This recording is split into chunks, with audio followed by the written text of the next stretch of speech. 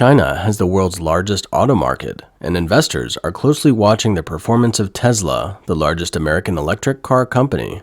In China, where many believe the growth potential is far greater than in Europe or the US. In the past 3 years, Tesla has been widely celebrated in the electric car world for its rapid success in China. According to the China Passenger Vehicle Association, Tesla sold over 300,000 vehicles in China in the first 9 months of 2022, an annual increase of 55%.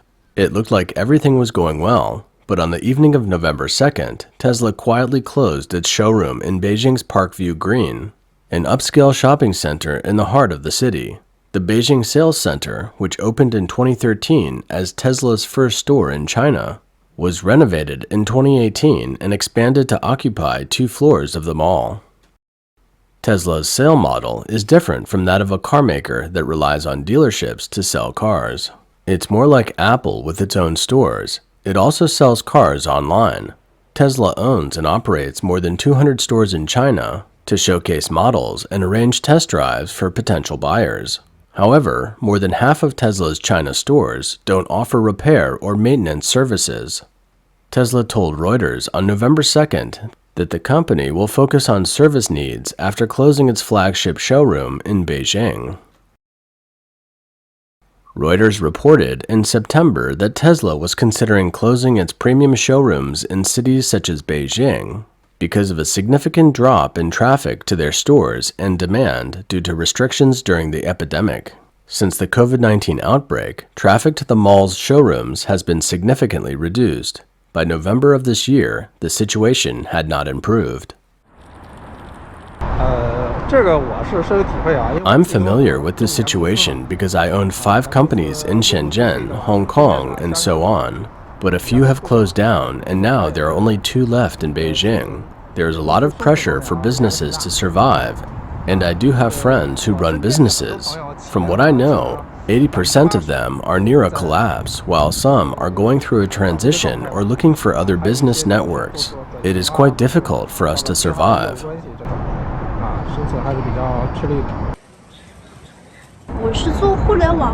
I'm in the internet business, and it hasn't been affected that much in the past 3 years of the pandemic. However, the economy as a whole has been caught up and affected by all this. I used to work at the Galaxy Soho, and it was closed for about 10 days because a COVID-positive person had visited the office building. So I think some sectors in the economy are more significantly affected. If we have more precise epidemic prevention and control measures that involve only those few shops and personnel involved, I think that's good enough.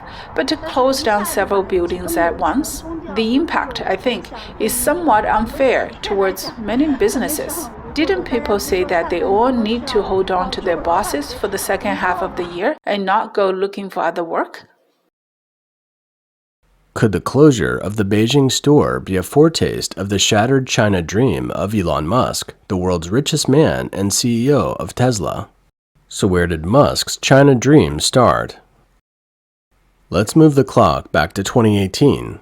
In 2018, the US tightened its technology exports to China, and Chinese Chairman Xi Jinping vowed that China would become the world's future center of innovation and industry. So Musk, a South African-born American entrepreneur, became a target for the Chinese Communist Party, or CCP, to rope in. While Xi sees Musk as a technological utopian with no political loyalty to any country, Tesla Inc. is seen as the vanguard that can enable China to become a major power in new energy vehicles. So not only did the communist authorities offer extraordinarily cheap land, low-interest loans, and tax breaks, Xi rewrote the rules of the game to allow foreign companies to own auto ventures in China. Since the 1990s, China had prohibited foreign car companies from setting up wholly owned subsidiaries in China, and they had to enter into joint ventures with Chinese companies. Musk became the first American businessman to open an electric car factory in Shanghai. On July 10, 2018, Tesla Motors signed a high-profile agreement with the Shanghai government to announce the settlement of a Tesla China factory in Lingang. Not only that, but in Beijing's effort to woo Musk, Premier Li Keqiang promised to offer a Chinese green card to Musk at a meeting in 2019. Since then, about half of Tesla's cars have been made in China. By the end of 2020, Tesla had established a firm foothold in the Chinese market, with a 21% market share, ranking first in China. By 2021, Tesla's revenue in China reached nearly 60% of the US market, which is Tesla's largest market. The Chinese market accounted for about 25% of Tesla's global revenue. Musk's China dream was glittering. According to a report in the Wall Street Journal in late 2021, from the very beginning, Beijing officials have made it clear that they want something in return for opening up the market to Tesla. They want Tesla to localize its supply chain and help develop Chinese automakers. These measures could accelerate the development of China's domestic electric car industry. Tesla has delivered on some of the Communist Party's leaders' key goals. It has boosted its electric vehicle supply chain in China, sent engineers to train local workers, helped with design and research, and taught technology to companies ranging from local battery makers to die-cast fabricators. In early 2021, Tesla said its Shanghai factory had sourced more than 90% of its domestic supply in China, but for the CCP, that alone is far from enough.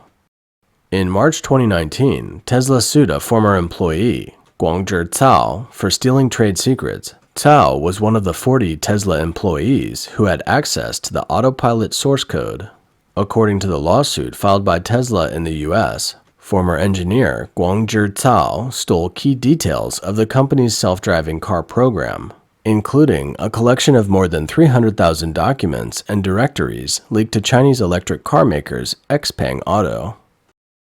The electric SUV car from XPeng Auto is almost identical to Tesla's autopilot interface displayed on the dashboard. This similarity became part of the evidence Tesla used to sue Cao, a former employee of its autopilot division. Tesla said the company's autopilot technology was the culmination of 5 years of work by hundreds of people, costing tens of millions of dollars, and that XPeng Auto had no right to own it. Notably, this incident is the second time XPeng Auto has been accused of stealing trade secrets from major US tech companies in less than a year. The last time was in July 2018 when Xiaolang Zhang, an XPeng Auto employee, was accused of stealing trade secrets from Apple's self-driving program and was arrested by the FBI. In response, XPeng Auto has shaken off the allegations, saying it has fired Zhang. Later, some of Tesla's competitors in China prepared to launch a broad crackdown on Tesla using the government's data regulation. The Wall Street Journal reported in March 2021 that a cybersecurity firm called 360 and state-owned auto giant Shanghai Automotive Group Co. urged the CCP legislator to address national security concerns related to the foreign electric car maker. According to people with knowledge of the discussions between the companies and officials, their target was Tesla.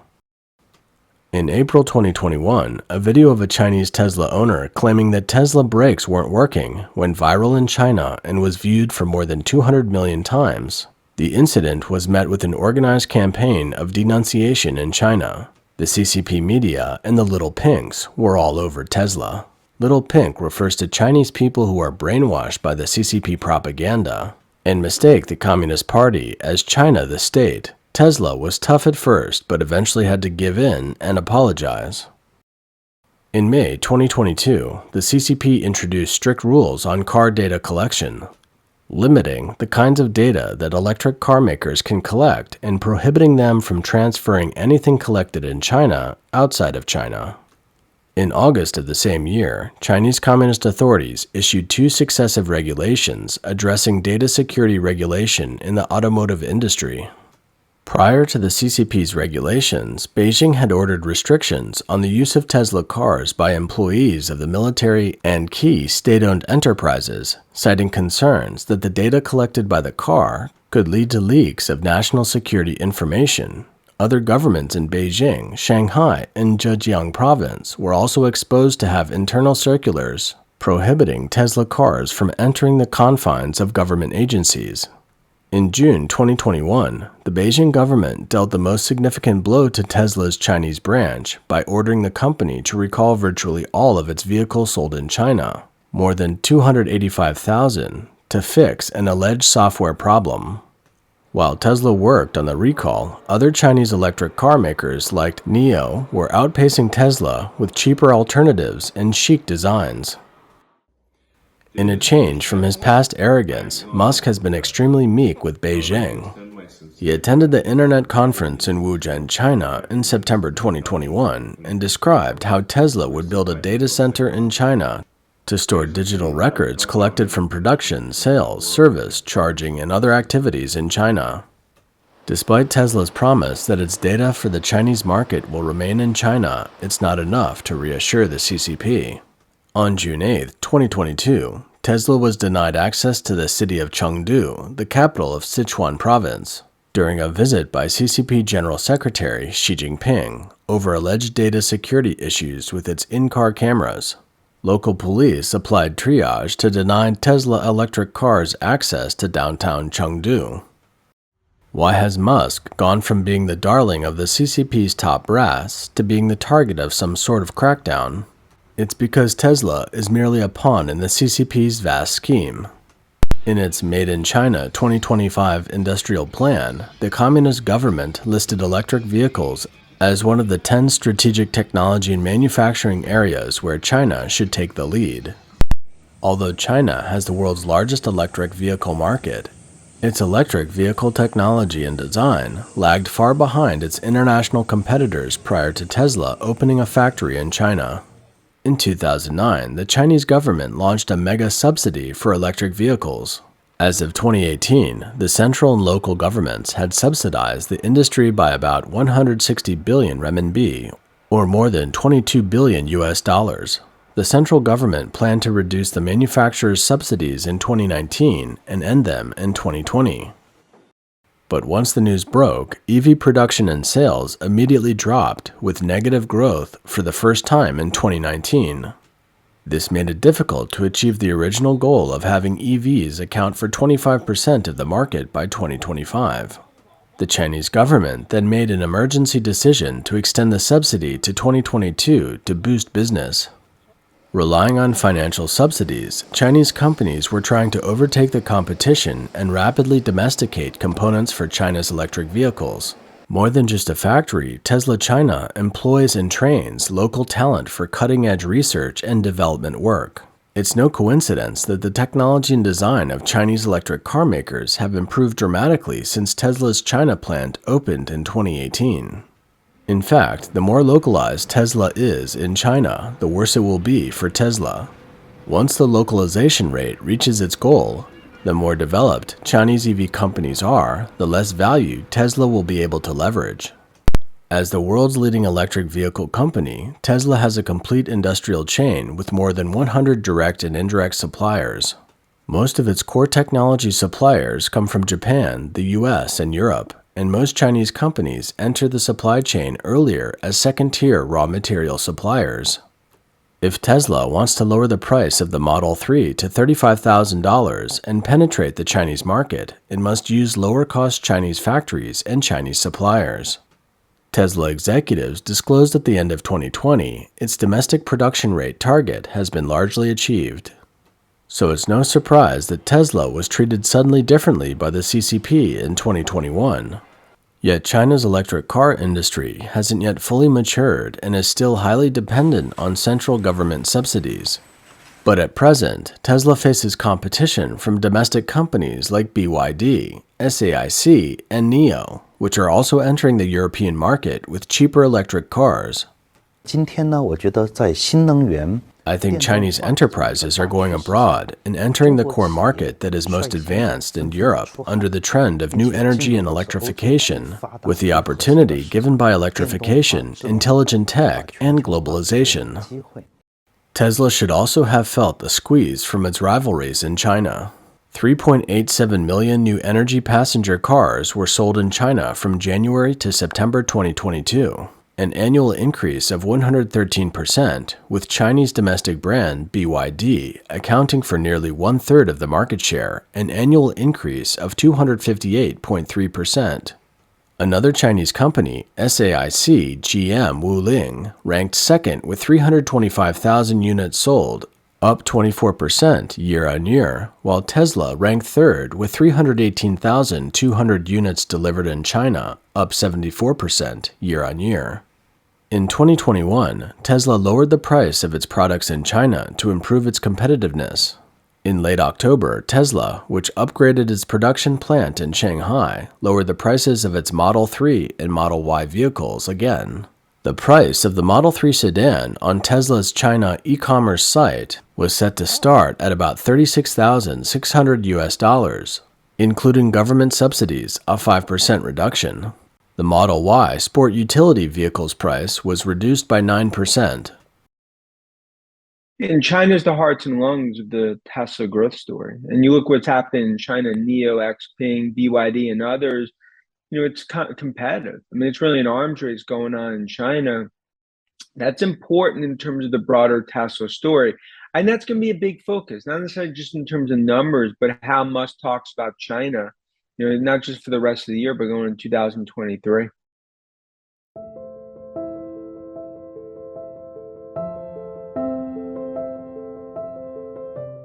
Perhaps what will really shatter Musk's China dream is the Red country's rapidly deteriorating economy.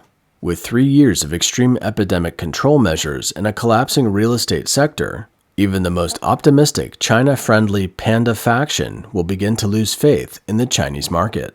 China's economy came to a near standstill in the second quarter of 2022, with a number of major cities, including Shanghai, under lockdown. During the lockdown, Tesla's factories were forced to suspend operations for several weeks. It was in that period on June 9, 2022, Tesla canceled 3 upcoming on-air hiring events in China scheduled for June 16th, 26th, and 30th. Since then, China's economic recovery has been weak as COVID-19 continues to break out and restrictions persist across the region, impacting economic activity and dampening consumer demand. Several analysts have warned that China's auto inventory is overstocked and that auto sales have slowed significantly in September 2022, while electric vehicle sales are growing at their slowest pace in 5 months. Musk also admitted that he believes the economies of China and Europe are in recession and that Tesla won't be able to meet its car delivery targets this year. For its part, Tesla said that during peak logistics periods, it is becoming increasingly challenging to ensure vehicle deliverability at a reasonable cost. This is a fork in the road for Tesla, coming off a delivery miss in 3Q, a lot of pressure on 4Q guidance. And really, it's from Musk and Tesla showing that this is not a demand issue, it's logistics driven, especially in China. Companies clearly had some hiccups over the last few quarters. And this is what I view as a huge prove me quarter in guidance, especially right now, after a Cinderella run. It's a glass half empty view of the street.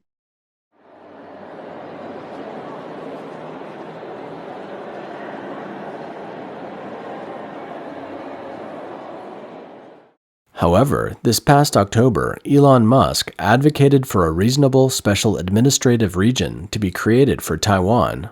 This shows that the world's richest man still seems to have illusions about the CCP.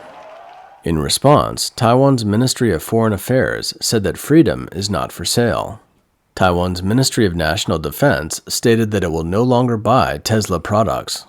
A statement from the Mainland Affairs Council of the Republic of China, Taiwan, stressed that Musk's proposal to turn a democratic country into a special administrative region of another authoritarian state out of interest will not be accepted by Taiwan, and that Taiwan, the Republic of China, ROC, has long rejected any institutional arrangement of the Chinese Communist Party, or CCP.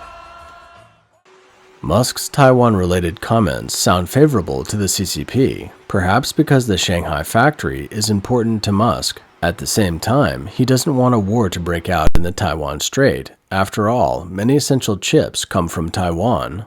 It is a familiar pattern for the Chinese Communist government to use its Western companies to improve China's industrial capabilities. It starts with Beijing identifying a number of industries and technologies as the country's future engines of development. Then top leaders initiate policies to encourage global leaders in these industries to enter China, with the goal of having them help Chinese companies move up the value ladder and eventually take on these foreign companies themselves. Once attracted to China's market potential, these Western companies would find themselves trapped and hard to get out of unless they risk losing the Chinese market. But in the case of Tesla, China's economy has already begun to crumble before the CCP can complete its scheme, and the decline will only happen faster and faster. Tesla's China dream is destined to be lost, and the longer it stays entangled with the CCP, the greater the price it will likely pay.